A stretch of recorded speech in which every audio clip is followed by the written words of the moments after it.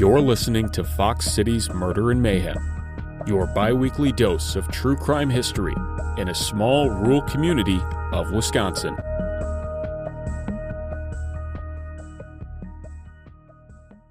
Hey everybody, welcome back to another episode of Fox City's Murder and Mayhem. I'm Eric. I'm Gavin. And we're talking about a cult. Yes, we are. Yes, we are. But before we do that, I want to lay some ground rules here. Uh-oh. Yes. It's really simple. Are they ground rules on me or the listener? Because, I mean... On you. On you. Okay. It's only one thing. It's only one thing, but you have to agree to it before we start this episode. Okay. I'm allowed to present anything I want on this podcast, yes? Yeah. Okay. Sure. Okay. Okay. Just making sure. That's the thing I have to agree to? Yeah, as long as you agree to that. I don't know what's good. going to happen. Remember, I still have an edit button, so I can't... No, that's fine. That's okay. But at some point in this episode, I know what question I'm going to get, and my response is going to be, I can do what I want, right? Okay. Okay. This is a guy named Wilbur Glenn Voliva. I don't know. No matter what, I'm going to pronounce it wrong. He's born in Indiana in 1870. His dad was a lawyer. His mother stayed at home, but was a very religious woman. I was going to call him, can I call him Wilbur? Can I just? Yeah. Okay. I think that's good. I'll call him Wilbur. I can at least pronounce that. Wilbur was raised a Methodist, but at 14, he joined what was called the New Light Christian Church. 5 years later, he was ordained a minister. During the next 10 years, he attended 4 Bible colleges and pastored at 6 different churches, switching denominations multiple times, and then to the Disciples of Christ. After graduating from Hiram College, he became pastor of the Disciples Church in Ohio. I don't know what some of these are, but just the idea here is that he's very religious, but he's trying to find what's right for him. Yeah. A decade of religious training convinced him that Christianity was riddled with hypocrisy. He was considering abandoning it altogether for law school when all of a sudden, in late 1898, he came upon an issue of a magazine called Leaves of Healing. Okay. Leaves of Healing was published by the Christian Catholic Apostolic Church. Wilbur was so impressed that he immediately went to Chicago to hear and meet with the leader of that church, John Dowie. And I'm probably saying Dowie wrong. Could be Dowie, could be Dewey, could be any number of things. He's not our main character, so I'll just continue to pronounce his name wrong. Dowie built his reputation and his church on faith healing. He didn't believe in some of that other stuff like speaking in tongues or handling snakes in front of the group. It's like that wasn't his thing, but he was a big believer in faith healing, inviting people up to the front and then laying his hands on them and curing them of whatever. Dowie hated doctors, druggists, pork, oysters, liquor, labor unions, and secret societies, and he would regularly speak against them. Wilbur was so impressed by all of this that he left his own group and joined Dowie's group in February 1899. He was ordained an elder there and put in charge of their North Side branch in Chicago. So this group is big enough that they've got multiple churches. Okay, but they're still just, this church has not spread past Chicago for the best of our knowledge. No, they may have. They may have at this point. Okay. But that's where they're based. Okay. Wilbur raised the membership of the North Side Church so successfully that not only did his salary go up, but he was then sent away to Cincinnati to start a church there. Again, Wilbur was preaching and sold these Leaves of Healing magazines so well that he recruited hundreds of members and was able to send thousands of dollars back to Chicago. Little did Wilbur know, his boss, Dowie, was secretly buying up land on Lake Michigan, just south of the Wisconsin border. There he would build a new city, a planned community where tobacco, liquor, and labor unions would be illegal. The location was inside what was then Benton Township, and it was announced in January 1900, and the temple was dedicated there a couple months later. The first lots of land were sold to church members, and this new city was named Zion. Zion. Yes! That's the whole time I was thinking that. So, for everybody who's like, why would they be excited about Zion? Zion is the hometown of one of Eric's favorite music groups in the world. Yes. So yes. I'm so glad that you caught that. I'm so glad. Do you know this story? No, I have no idea. Okay, all right. Okay, so Wilbur was put in charge of educational work, and then he was given word that he had to go to Australia.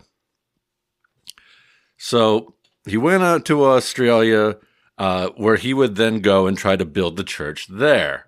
This guy's just moving around everywhere. This church is also moving around everywhere. Yeah. He arrives there, he sets up headquarters in Melbourne, and he soon is so successful that he also has branches in Sydney and even in New Zealand. He was highly successful. Membership grew to several thousand members, and he raised a lot of money. In 4 years, he sold more than 100,000 copies of the Leaves of Healing magazine and sent thousands and thousands of dollars back to Chicago. Now, the state of Illinois was not a fan of this group. Okay. In March 1901, the state kept introducing bills to try to stop them from doing some of their more questionable things. They introduced a bill that would require private banks to submit reports to state auditors at least once a year. And they freely admitted that this was targeting Zion. At this point, this is early 1900s. The banking laws were not what they are today. And Zion had its own private bank run by the church, and the state was fairly convinced that there was a lot of money going into this church that was not properly being reported and everything else. Mm-hmm. And pretty sure they're right. Pretty sure that's true. But while the state is trying to slow them down, Dowie is just getting started. He begins to refer to himself in public as Dr. Dowie now, even though he is not. He starts wearing very elaborate, fancy robes and puts strange symbols on them that nobody knows what they mean. And then in June 1901, he declared himself to be the reincarnation of the biblical prophet Elijah. Oh, man. Okay. What? I not a big fan when people start saying, I am the reincarnation not of a this fan person. of that? No, I'm not. Oh. Well, when he declared himself Elijah, some of his followers weren't very happy about that. Some of them went with it. Some of them said, I don't know about that. But he said that his church members would either have to accept it that he was Elijah or get out. The people in Chicago, the non-church members in Chicago, had always kind of made fun of him. They thought the whole faith healing thing was a scam. But now they really thought he was nuts. And not only that, because he had sort of taken over this from another guy in Chicago who had claimed to be the reincarnation of Elijah. But that man left Chicago for Florida, so Chicago didn't have an Elijah anymore. So it's convenient that Dowie would take that role over. The church kept growing in Zion. They're building more and more places for them. The church itself, the physical church, could hold 8,000 people. Holy cow. Yes. Dowie also spent plenty of money on himself. He built a 25-room mansion called Shiloh House in Zion.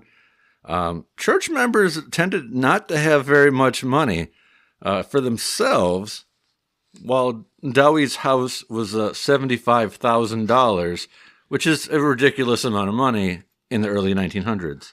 He also spent $50,000 furnishing his house. He bought an expensive home in Michigan where he would stay in the summer. He put it under his wife's name, He also built another $75,000 house in the actual city of Chicago. So, wow. So this church was making bank. Yes. In 1903, Dowie loaded up 3,000 of his followers onto a train and went to New York City. They rented out Madison Square Garden and Carnegie Hall for several days, where they would preach and hope to convert people in New York to join them. The church estimated that they spent $250,000 to do all this, the housing people at the hotels and feeding them and the renting and all that. But Dowie said, that's nothing. I'm going to go to New York. I'm going to convert 100,000 people, and that's going to pay for itself. It's not a problem. But within a week, the newspapers declared the trip a failure. He didn't gain many converts, and he didn't raise huge sums of money. The newspapers suggested that he didn't even make enough money from people putting in collections to even cover his hotel bill. One New Yorker did invest $3,000, but then later hanged himself when he discovered what the money was going to be used for. Okay, so what is the money being used Well, for? when he found out that Dowie just kind of pockets it. Yeah. Buys himself another house, basically. Yeah. In India, along comes a man named Mirza Ahmed. Okay. And Mirza Ahmed says, hey, Dowie, you're the reincarnated Elijah. That's cool. Guess what? I am the Messiah. I am the second coming of the Lord. And he starts sending letters to Dowie in 1903, and he challenges him to a prayer duel. They would each pray and ask God to kill the other one. Ahmed says, the best way to determine whether Dowie's God is true or whether our God is true is that Dowie should stop making prophecies about the destruction of Muslims. Instead, he should keep me alone in his mind and pray that if one of us is fabricating a lie, he should die before the other.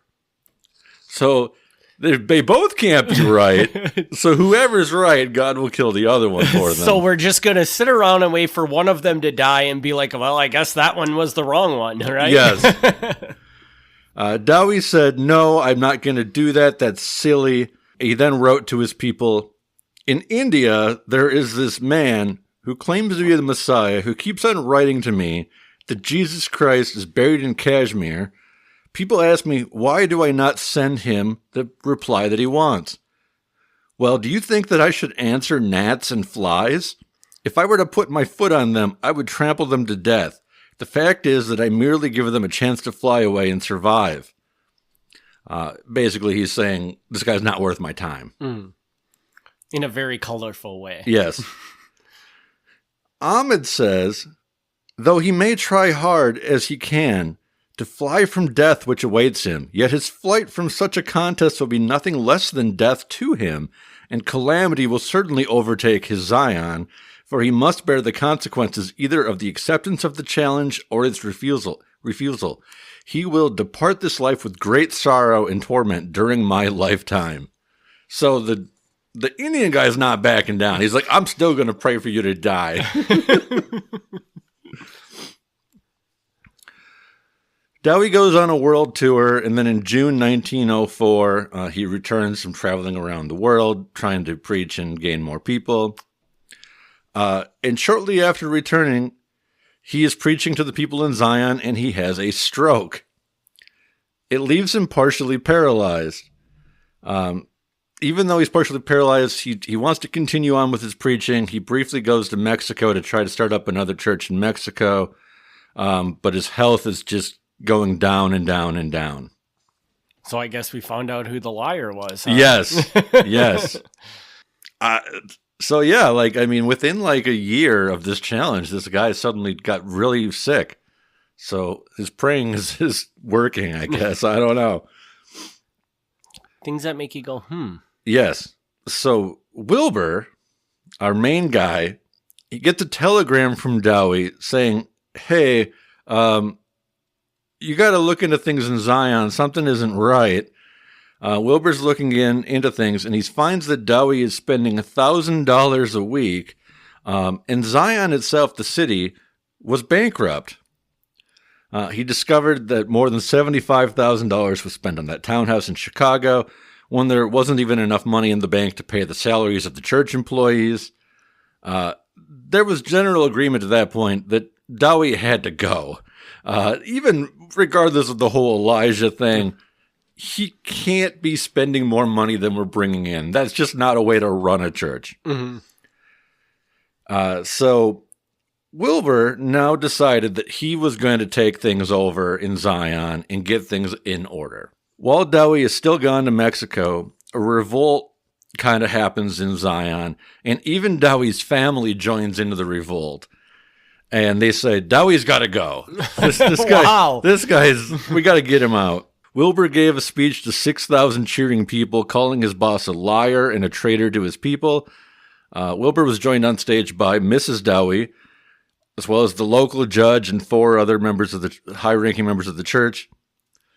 Dowie said that he would get his authority back through the courts, which he tried.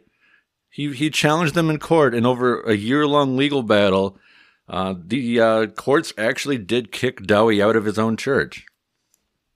Kind of hard to believe that they have the legal right to do that even. Yeah, I mean, I don't think they could do it like religiously, but it's probably some kind of mismanagement of funds thing. Wilbur looked at things and he was like, well, we got to kind of rein in our spending here. And he tried, but he found the problem a little too late. In March 1907, the city itself went into receivership. Okay. Now, if I haven't made this clear, maybe I haven't made it clear at this point. Like, the entire city is owned by the church. Really? Yeah. Like, every business is owned by the church. All the land where the houses are built is owned by the church. Like, this is all run by the church, and the church was all owned by Dowie. Okay. So that's kind of like the thing here is it's simultaneously a church and a city. Weird. Yes.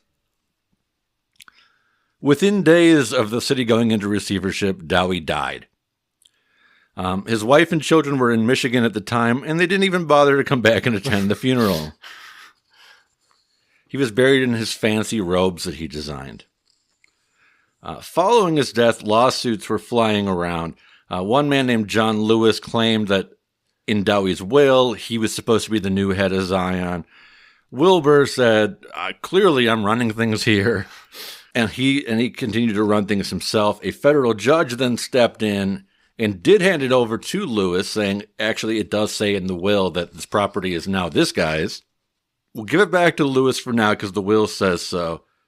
But then you guys should have an election and actually see who's in charge of the city. So Wilbur runs what he calls the Theocratic Party. And they were able to gain election by election fraud and then maintained it with perjury, intimidation, and violence. Wilbur reorganizes the church and sets about getting back out of the bankruptcy and the huge loss of money. But people loved him, and many of them would work without getting paid just to kind of keep things going until it was back up. And then once he was on top, Wilbur's hand-picked people would make sure they stayed in power. When it was election time, they would refuse to put rivals' names on the ballots. Or they would put somebody on the ballot under the opposing party, but it was still just a member of their own group. So either way, they continued to win. How long does this go on for? A while. Yes. Wilbur, to get this place back up and running, he urged church members to mortgage their property and then give the money either to him or to the church, which is essentially the same thing. He used the cash to buy all the Zion properties back from the receiver, and then he got the last piece in 1910. Everything was officially under what was called Zion Industries, Inc., but Zion Industries, Inc. is Wilbur. Okay. Yeah, even ads in the Leaves of Healing magazine said that anybody who wanted to order things from Business in Zion just could make their checks payable to Wilbur directly, and that's fine. Yes. There were a number of things they made in town. They had a lace factory and other things, but the big thing they were known for was fig bars. They made fig bars, and apparently they made a lot of money off these fig bars. And a fig bar is basically like a fig Newton. Right. But this is, this is like the old version. This is like, we don't have Nabisco here yet. So, well, I guess we do. I mean, Nabisco was around, but they weren't what Nabisco is right now. Yeah. And so they made a lot of money off of this fig bar thing, which is really weird to me, but it worked. So this whole time now is there, like, is it common for a church to own an entire city? Is Zion really not a city? It just happens to be an area that happens to all be owned by a church at this point? I don't think this is common. I don't know. Somebody could definitely but it does sound write like... us and tell us that this is a thing, but I don't think this is normal. And does the city literally own everything, or do they just own enough that they have so much control that they can probably basically tell the city government to do whatever they want? I don't know if they own like everything, because there's definitely people in town that are not church members. Okay. So that leads me to believe that there must be some land in town that is not owned by the church, but it is overwhelmingly church property. Interesting. Yeah. I mean, I don't know exactly, what is and isn't. We'll mention some instances where people are not really on board with any of this. So there clearly are people in town that are not super thrilled about the way things are going. Yeah. Each morning at the fig factory, they'd have a prayer to start the day, and workers were encouraged to give 10% of their earnings to the church, preferably by payroll deduction. That's actually like not that weird. That's pretty normal that churches will ask you to give like 10% to the church. That's not really that weird. The only weird thing is that they're working for a business that is also the church. There was some people, like I said, who weren't too happy. Now, the other religion in town besides this personal church was the Methodists were kind of big. And the reason is that Methodists had already been living in the area before Dowie came along and like bought up all these acres. So they were kind of like the original settlers of the area. And they didn't really like that. But you know what? Wilbur didn't really like them. And in 1908, the Methodist church that had been there for 70 years mysteriously burned down. No way. So their church is gone.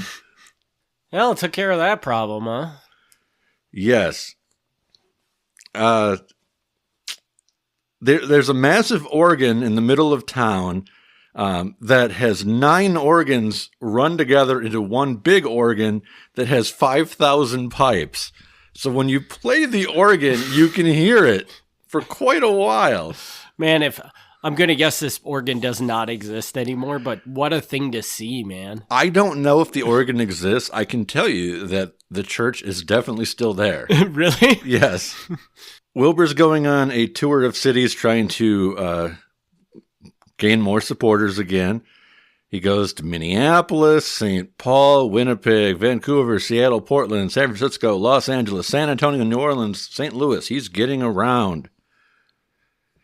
In 1913, his wife gets an infection of the lymph glands. Her husband, Wilbur, urges her to trust in God and don't go see your dad. Her dad happened to be a doctor. Don't see him. Just God will help you out, because Wilbur has inherited these anti-doctor, all these other stuff beliefs. He's going to get weirder.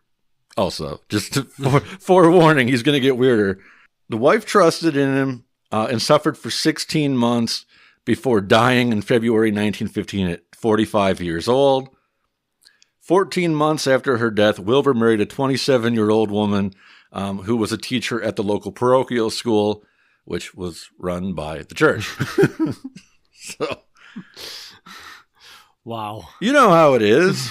In 1914, Wilbur directed the city council to pass the strictest set of laws anywhere in the country.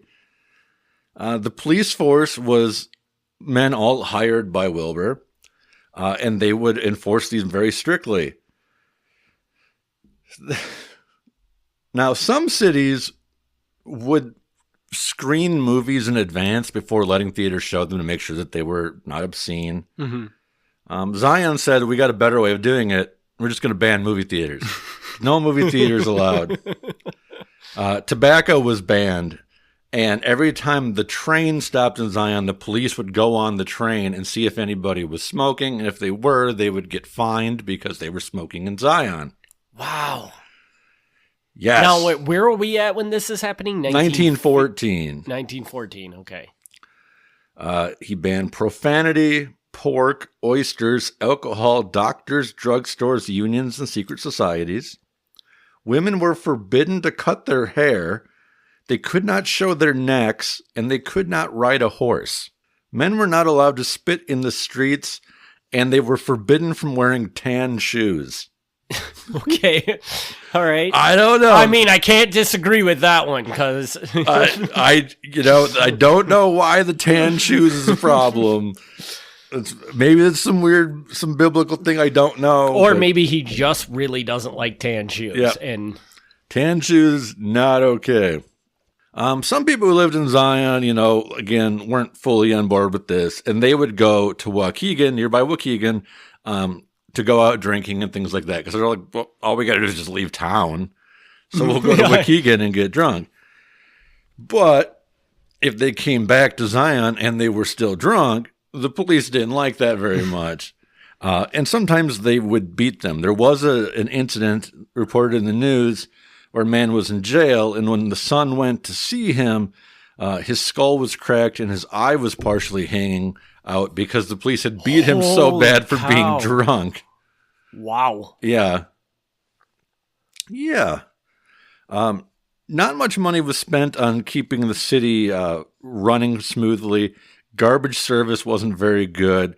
The streets were made of dirt and would turn to mud when it rained. They voted to make all the city parks personal property of Wilbur. And then if Wilbur didn't like the children playing in the parks, he would have the police tell the children to get out of the parks or to have them arrested for trespassing. If he wanted the schools closed down, he would close them down, whether it be for a day or permanently. He didn't seem to really do that, though. But he could. Now, so we're closing in here now. Okay. Here's the thing that Wilbur Voliva, whatever his name is, really gets known for. Okay. At some point around 1914, he gets really, really obsessed with the idea that the earth is flat. Okay. So he gives a speech, a sermon. He gives a sermon at the church, and he says that the medical profession is wrong. Medical science is a farce and a fraud. Doctors are thieves, murderers, drunkards, and dope fiends. Drugstores are worse than saloons. And then he said, science is nothing but a lot of rot. The inventions of men inspired by the devil. He specifically condemned evolution, geology, and people trying to analyze the Bible. He took shots at astronomy, and he said that astronomy has to be a lie because it is contrary to the Bible. He goes, here, I'll show you. Where is heaven? Heaven is up. When the Lord ascended, they saw him going up, did they not? I ask you this question. If the world is whirling around in space at the rate of 1,000,000 miles a day, whizzing around many times faster than lightning, How is the Lord going to find a place to land when he returns? Heaven is right up there, and between this earth and heaven, where God's throne is the air.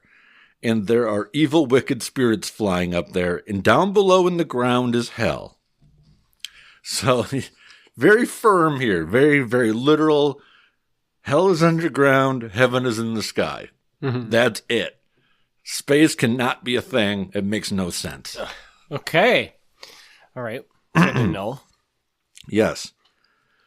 He gives another sermon in 1915. He says, I believe this earth is a stationary plane. It rests upon water, and there's no such thing as the earth moving. There's no such thing as the earth having an axis or an orbit.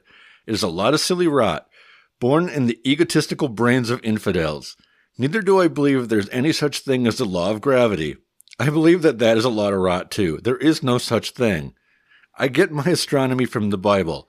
I believe the sun revolves over the earth and that it is not stationary. And I believe that when Joshua prayed to God Almighty to stop the sun in its course, God performed a miracle and stopped it. You know, again, like if you were to take the Bible like super literally, the sun goes around the earth. Mm-hmm. And there is, in Joshua, there's a passage where I don't remember the specifics. I think he's like hit in the middle of a battle. And he asks God to stop the sun in the sky so the daylight could be longer. And God does it for him. Mm-hmm. Well, that doesn't make any sense if the earth is going around the sun. It only makes sense if the sun is going around the earth. So clearly that must be the case because Joshua had it done. He gave a sermon and said, the Bible declares the earth is flat, not a globe. The foremost writers say that those who believe in the stationary plane theory can explain all phenomena as good as they can, and in addition, they have the evidence of their senses and the Word of God. And I translate that as anything that people who believe in a round earth can explain, people with a flat earth can also explain. Mm-hmm. And the flat earth people have the example or have the advantage because not only do they have God on their side, but they also have their senses on their side. Because obviously, like, if you're not relying on advanced measurements and you're just like looking, well, clearly the sun is moving through the sky. Mm-hmm. So he's like, this is so obvious. Like, why are people whatever? However, for one to stand up in Chicago, in the shadow of the university, go out there to Northwestern University, and before all the lawyers and judges and doctors, if you question the modern astronomy, they will laugh. So he's like, doctors, lawyers, professors, they're idiots. Like, why? They don't see how obvious this is. One of his employees, a man named Anton Darm, searched the Bible and found 50 reasons to reject the earth being round. And he wrote a nice long article about that in Leaves of Healing. And then in March 1916, they went in and they made sure that the schools were only teaching that the earth was flat. They made sure that all the songs that were sung in church didn't make any reference to the earth being round. They wanted to make sure that was consistent. Now, just out of curiosity, at this point in time, is it pretty well accepted that the earth is round? Oh, yeah. Okay, I don't have any clue when that happened. Yeah. This is I mean, he's not alone in believing the earth is flat, but it's definitely not. Yeah, there's still people today that believe the earth is flat. So. Yeah, but he's not, this is not normal. Okay. The other thing is he's still railing against other religions and would write against them in Leaves of Healing. He called the local Christian Assembly Church the Monkey House and a spiritual whorehouse. He said its pastor was a man named Jackass Dake. The Grace Missionary Church in town, which was a group that splintered off from his own church, was the Goat House, and the person who ran that was Little Grinny Granny Goodwin, who was a little pimp and a puke scooper. Okay. What he did on top of not just putting this in his magazine, he would put up billboards across the street from the churches being like, get your monkey house out of my city and make it so that anybody going to a rival church would have to see his insulting signs. Come on. This guy is wild. One time a deacon left his church, and he started referred to him as whistle britches. He insulted other members of his church, and he specifically insulted a female member of his church. And then that night, her teenage son tried to start the church on fire because he was mad about how he treated his mom. But they caught it. Yeah, Wilbur never had as many faith healings as his predecessor, but people still claim that he was healing them. It continued its missionary work. Leaves of Healing continued to be published and was sent around to many foreign countries. And they were most successful in South Africa. Interesting. Yeah, in South Africa, the leader of South Africa was also a firm believer in the flat earth. So he was able to kind of get South Africa on board. So now I ask you, am I allowed to do what I want to do on this podcast? Yeah, go for it, man. Okay, because what I'm going to do is I'm going to tell you, we're going to stop and we're going to do a part 2. Oh, are we? Next episode. Oh my God, there's more to this yet? Because Yes. this is craziness. Yes. Okay. So, first of all, Yes. awesome to find out that Zion has such a wonderful history. Yes. Like, unbelievable. Yeah, I love it. You know, the greatest grunge band ever to live came from there. But it's so much more than that, too.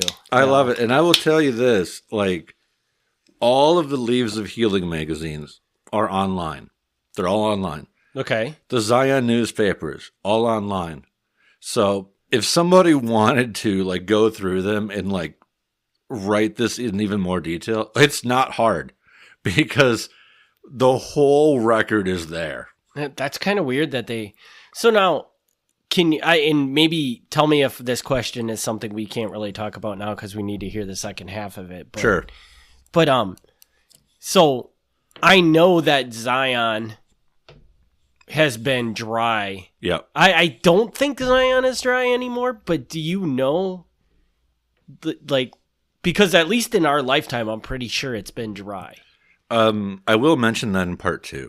Okay, so I do not know if it is today. That I don't know. I feel like it changed. But we will talk about one of those weird exceptions. Yes. Okay, but we're gonna go. Yeah, I think most of my questions stem around the fact of like how long did this go on for? Yeah. Because that's crazy, and I'm sure that this story isn't super uncommon. I'm sure that's happened. Yeah. In other cities, but wow. I will tell you what I love about this story is that it's huge. You know, this isn't like we call it a cult, and they do refer to them as a cult quite a little bit. Like if you search online, a lot of times they're referred to as a cult. But as far as cults go, they've got a huge membership. Right. Like whatever the difference is between a cult and a church, I'm not exactly sure where that line is. But when you've got tens of thousands of followers, like that's barely a cult anymore. Like, right. And when I listen to this story, I feel like this really isn't a cult. It's more of a religion that's gone wrong. Yeah. I mean, and depending on how you feel, it might not be wrong because if you are a firm believer in that church, yeah, the city of Zion is a great place for you to go. I think the only thing to me that really makes this a cult and not a church is how strongly they rely on one person. That to me is the difference.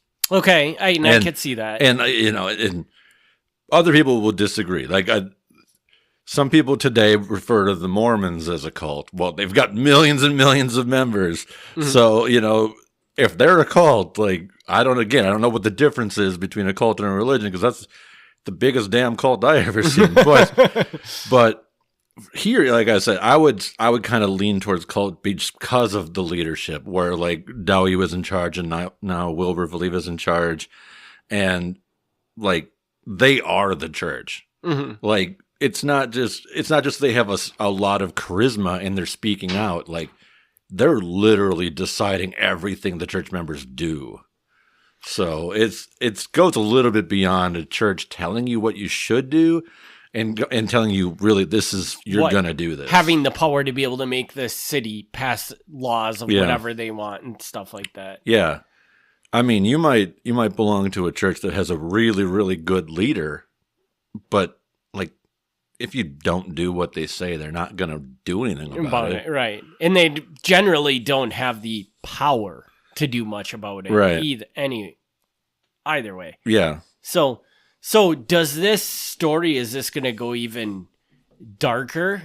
Like, are we going to become more culty in part 2, or is this... Because really, when I listen to this story, there are very, very questionable things happening here. Mm-hmm. But per se, is there anything illegal? That is tough to say, because... it's hard to say like what's illegal when the city laws say what's legal. right, and they control the city laws. Yeah, so I don't know. And again, you're looking at that and that's really shady, but at the same time, if the government was doing it, like if they were not like coercing or forcing the government to do this, I don't think it's really illegal.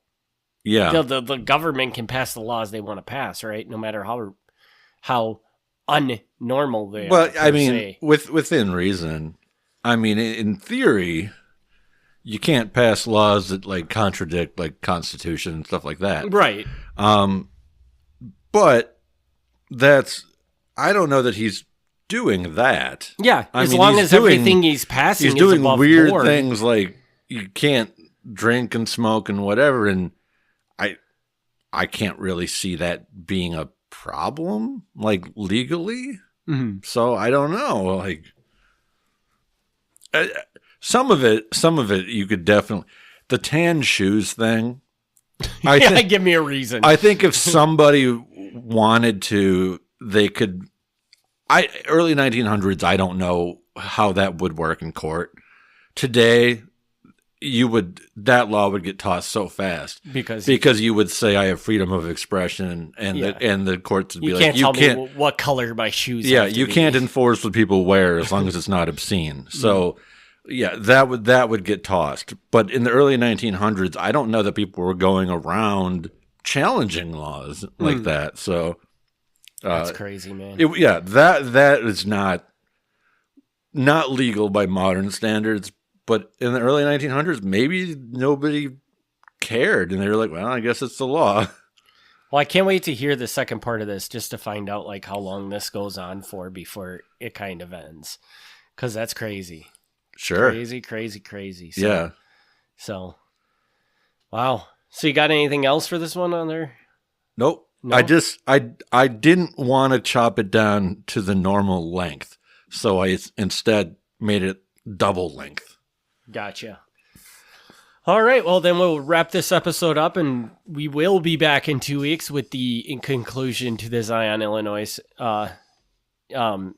story. Which, by the way, is my question. That you were gonna like veto was when I said, what does this have to do with the Fox Valley? That was the question. Okay. That was, yes. It took you till the end of the episode, but yes. I figured it out pretty early on, but I'm like the history. Oh, did you? Okay. Yeah, okay. Yeah, all right. Yeah. I figured that was what it was. Yeah, that was why I asked. I'm allowed to do what I want, right? Because at really no point am I going to talk about the Fox cities. But it's Zion, Illinois, which I think is just as good. Yeah. So, but with that, we'll wrap this episode up. We'll see everybody on part 2 in 2 weeks, and thanks for tuning in. Thank you. Thanks for tuning in to Fox Cities Murder and Mayhem. Join us in 2 weeks for another exciting episode of Murder and Mayhem.